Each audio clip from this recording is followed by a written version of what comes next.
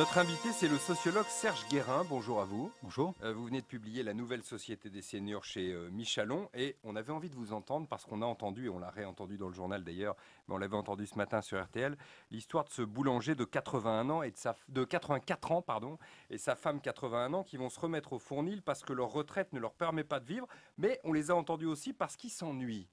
La question qu'on a envie de vous poser, c'est est-ce qu'il y a un âge pour travailler?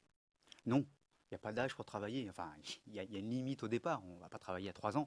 Mais globalement, tant qu'on se sent bien, on peut tout à fait continuer d'avoir envie de travailler. Et puis il y a aussi des gens qui travaillent parce que simplement, ils n'ont pas les moyens de faire autrement. Mais on oublie toujours que dans le travail, il y a la question du sens du travail et puis il y a la question du lien avec les autres. Quand on quitte l'emploi, pour la retraite, pour le chômage ou autre, on perd plus de 50% de ses connaissances. Donc il y a des personnes qui se retrouvent dans la solitude extrêmement vite.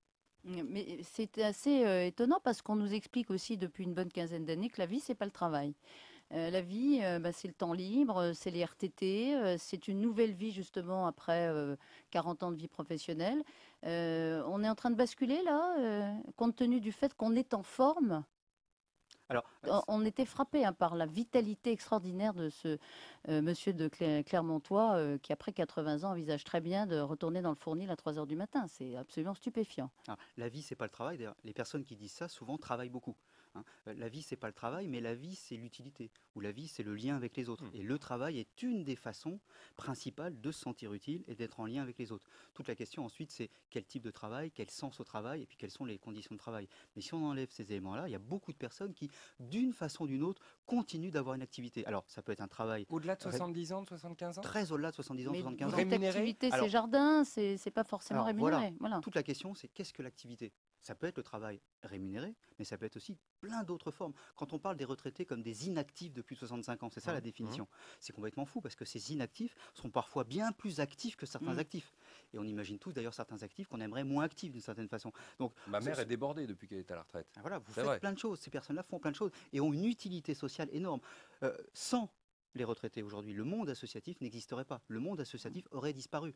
32% des maires de nos communes, et en particulier des toutes petites communes, sont des retraités. Sans ces retraités, ces petites communes, ces petits villages, ces petits bourgs auraient disparu, n'auraient plus de vie. Donc il y a un rôle énorme. Les aidants, 4 millions d'aidants aident d'autres personnes, 6 heures par jour en moyenne. L'âge moyen, c'est 64 ans. Donc ces personnes-là, 6 heures par jour, répondent aux besoins, aux nécessités de santé publique, Donc, par c'est exemple. pas contradictoire avec la nécessité aussi de laisser la place aux jeunes. Parce qu'effectivement, il y a un âge où on peut s'arrêter de travailler, on reste actif, on ne meurt pas d'inactivité tout d'un coup, au contraire. Mais en revanche, il faut laisser la place aux jeunes. C'est d'ailleurs On ce que l'entendait disent dans la certains. réforme des retraites, au moment de la réforme des retraites. Moi, je veux pouvoir partir à 60 ans parce que je veux laisser la place aux jeunes aussi. Et parce que le Je veux marché pouvoir, en a besoin. Ouais. Alors, là, il y a deux éléments. Le premier, c'est croire avoir une vision de stock. J'enlève les plus de tel âge, ça va libérer les moins de tel âge. Sauf que la vie, c'est pas comme ça, c'est une dynamique. Et, deuxième élément, Pardon, c'est dehors les vieux, je le dis oui, brutalement. bien sûr, Mais c'est ça, c'est il y a comme il y a ça un que discours c'était- comme ça. c'est Oui. un discours qui ressemblait à ça. Tout à fait. Et les gens, y compris d'ailleurs parfois les seniors, le portent même tellement ils l'ont entendu. Rendez-vous compte que depuis 1974, on ne pense qu'en termes de pré-retraite. On met les gens dehors. Alors, il y a un homme politique qui parle à 67 ans, mais on parle de mettre les gens dehors dès 45 ans dans certains cas. Et ça ne libère absolument pas de place pour les jeunes. Pas du tout. Ces politiques-là, depuis 40 ans, n'ont pas favorisé l'emploi des jeunes. Alors l'homme politique auquel vous faites allusion, c'est Arnaud Montebourg, qui veut que, au Parti socialiste notamment, les députés qui auront passé 67 ans ne se représentent pas en 2012. Voilà ce que lui répondait ce matin Laurent Fabius. Je remercie Arnaud serez Montebourg, candidat que j'ai vu, oui, Ouais, j'ai vu c'est Arnaud candidat. Montebourg hier, et je lui ai dit, parce que j'avais oublié, quel âge as-tu? Et il m'a dit, j'ai 49 ans, je Oui, crois. genre, Alors, je oui. lui ai dit, écoute, c'est très très âgé, moi-même j'étais Premier ministre à 37 ans, donc tu as pris quand même du retard, mais je pense que la limite d'âge devrait être fixée à 49 ans. Il vous a agacé, Arnaud Montebourg. Non, il m'a amusé. Mais il l'a quand même sans doute un peu agacé. C'est agaçant, et après tout, est-ce qu'il a pas raison Laurent Fabius? Demain, on sera vieux à 49 ans? Et oui, de toute façon, penser encore en termes de borne d'âge, c'est d'une bêtise, d'une idiotie absolue, c'est totalement dépassé. On renvoie ça aux seniors dans l'entreprise. Vous avez plus de 45 ans, on ne peut plus vous former, et donc vous étonnez pas qu'on vous mette dehors.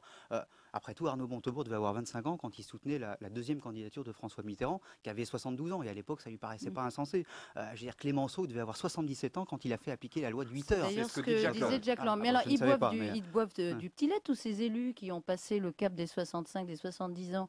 Ils peuvent rester encore là longtemps, alors. Mais la question, c'est pas, la question, c'est le cumul. La question, c'est depuis combien de temps vous êtes élu.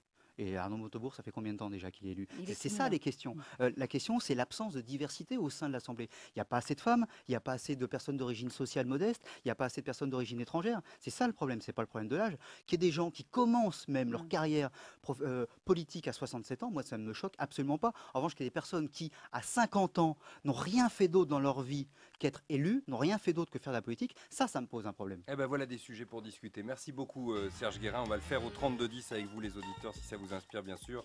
Serge Guérin, je vous renvoie à son livre La nouvelle société des seniors publié chez Michel.